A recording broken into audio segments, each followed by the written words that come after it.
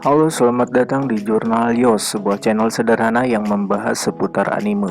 Baru-baru ini gue banyak melihat postingan di Facebook tentang film anime yang berjudul Hello World. Tapi postingan tersebut bukan spoiler pada umumnya, melainkan pertanyaan-pertanyaan mengenai kebingungan mereka ketika menonton film anime Hello World. Kalau nggak salah, tahun kemarin gue pernah baca artikel mengenai film anime Hello World ini yang sudah tayang di bioskop Jepang pada September 2019 kemarin. Nah, di Indonesia sendiri kabar tersebut baru tersiar Maret 2020, yaitu bulan kemarin, di mana Hello World akan tayang di Indonesia, tapi belum pasti kapan tanggal tayangnya. Karena penasaran, gue pun akhirnya buka situs download anime ilegal yang biasa gue kunjungi, dan kebetulan Hello World sudah diunggah. Tanpa banyak menunggu, gue pun mendownload film anime Hello World dan menontonnya. Jadi, Hello World merupakan film animasi yang diproduksi oleh studio Graphinica dan disutradarai oleh Tomohiko Ito. Sebelumnya, Tomohiko juga pernah menggarap film anime Sword Art Online The Movie original scale yang dirilis pada tahun 2017. Sedangkan Hello World sendiri pertama kali tayang di Jepang pada tanggal 20 September 2019. Gue bakalan kasih beberapa catatan mengenai Hello World dan sekedar saran saja, sepertinya anime ini mesti ditonton 2 kali. Berikut ulasannya. Hello World bercerita tentang anak SMA yang bernama Katagaki Nomi. Dia merupakan seorang kutu buku dan memiliki kekurangan dalam pergaulan sosial. Dia adalah tipe orang yang selalu disuruh, tidak bisa menyampaikan pendapat, selalu mengalah, dan hanya diam saja jika diperlakukan oleh orang lain. Tapi Takagaki bukanlah anak korban bullying, karena kehidupan dan lingkungannya tampak baik-baik saja. Anime ini berlatar di kota Kyoto, Jepang pada tahun 2027, dan pada zaman itu sedang berkembangnya teknologi yang bernama Chronicle Kyoto. Pada dasarnya, Chronicle Kyoto ini dikembangkan dari aplikasi map atau peta, dan berkat kerjasama Universitas Keito dan Plura, teknologi ini pun berkembang.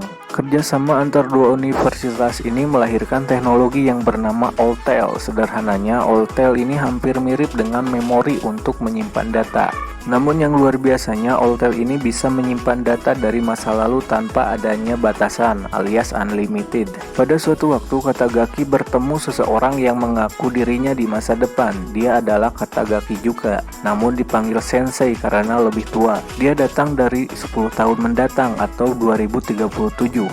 Tujuannya datang ke masa lalu adalah untuk mencegah kematian Ruri yang akan tersambar petir saat festival kembang api. Pada saat itu Katagaki belum berpacaran dengan Ruri, lalu Sensei pun membantu Katagaki mendekati Ruri. Sensei memiliki buku catatan mengenai masa lalunya di masa depan. Dengan begitu dia punya petunjuk untuk Katagaki mendekati Ruri. Seiring waktu, saran yang diberikan oleh Sensei berhasil membuat Katagaki mendekati Ruri, hingga akhirnya mereka pun berpacaran. Ruri adalah cinta pertamanya Katagaki dan Sensei sangat menyesal dengan kematian Ruri di masa depan karena kebersamaan mereka belumlah lama. Ketika saatnya tiba, yaitu hari kematian Ruri, muncullah sosok aneh berkepala musang yang diketahui sebagai sistem keamanan Alltel. Keberadaan pasukan sistem keamanan ini adalah untuk memperbaiki sistem dan menghapus sistem yang dapat mengganggu sistem lain. Dan kebetulan di sini Ruri adalah sistem yang mesti dihapus. Hal ini terjadi karena Katagaki berhasil menyelamatkan Ruri yang seharusnya mati tersambar petir,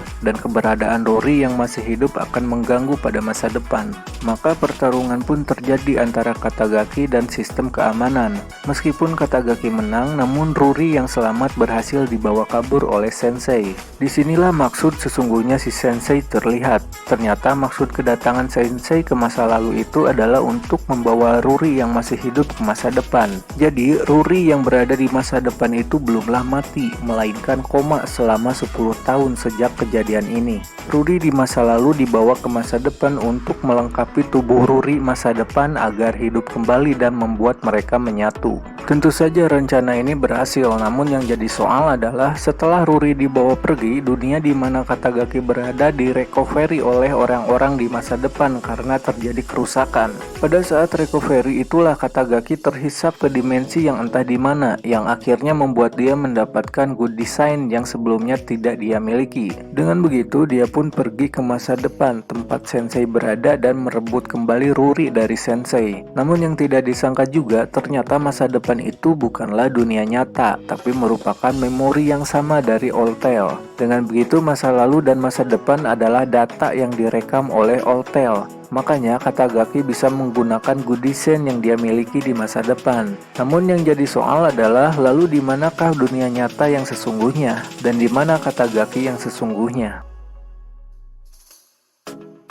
Ada banyak pertanyaan ketika gua menonton anime ini. Salah satunya, jadi dunia nyata yang sesungguhnya itu di mana? Kesimpulan awal gua berpusat pada teknologi Alltale tadi yang bisa menyimpan data dari mulai gambar, suara, gerak, perasaan, warna, keinginan, dan lain-lain. Yang artinya Alltale ini adalah sebuah memori yang bisa menyimpan alam semesta beserta isinya. Dengan begitu dia bisa menduplikasi alam semesta. Karena ini adalah teknologi, maka kehidupan yang ada atau memori yang tersimpan pun bersifat digital. Katagaki dari masa depan atau yang dipanggil Sensei ini pergi ke masa lalu, tapi masa lalu yang dia tuju ada dalam Alltale. Karena masa lalu ini ada di dalam Alltale, sebuah teknologi yang bisa menyimpan segala hal, maka pikiran manusia pun bisa disimpan.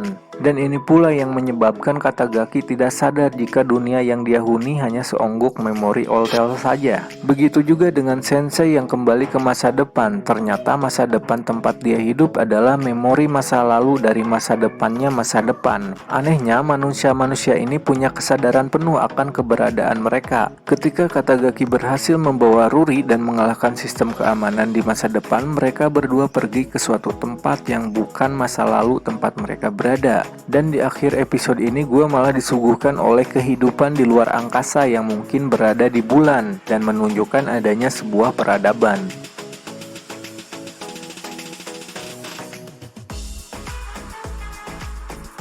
Gue yakin Hello World ini belumlah beres, mungkin kedepannya akan ada lagi kelanjutan untuk menjelaskan kehidupan di luar angkasa tersebut, dan juga untuk menjelaskan nasib Katagaki dan Ruri yang pergi ke dimensi yang bukan masa lalu di mana mereka seharusnya. Begitu juga dengan nasib teknologi Alltale ini, di mana Alltale belum terjelaskan secara mendetail mengenai cara kerjanya. Namun yang pasti Hello World ini sudah mendapatkan spin-off sebanyak 3 episode yang akan menceritakan sosok Ruri, bukan Katagaki. Itulah ulasan film anime Hello World yang gue pahami. Jika ada pendapat, kritik, dan saran silahkan berkomentar di bawah. Nantikan video-video selanjutnya di Jurnal Yos. Terima kasih dan salam Yos.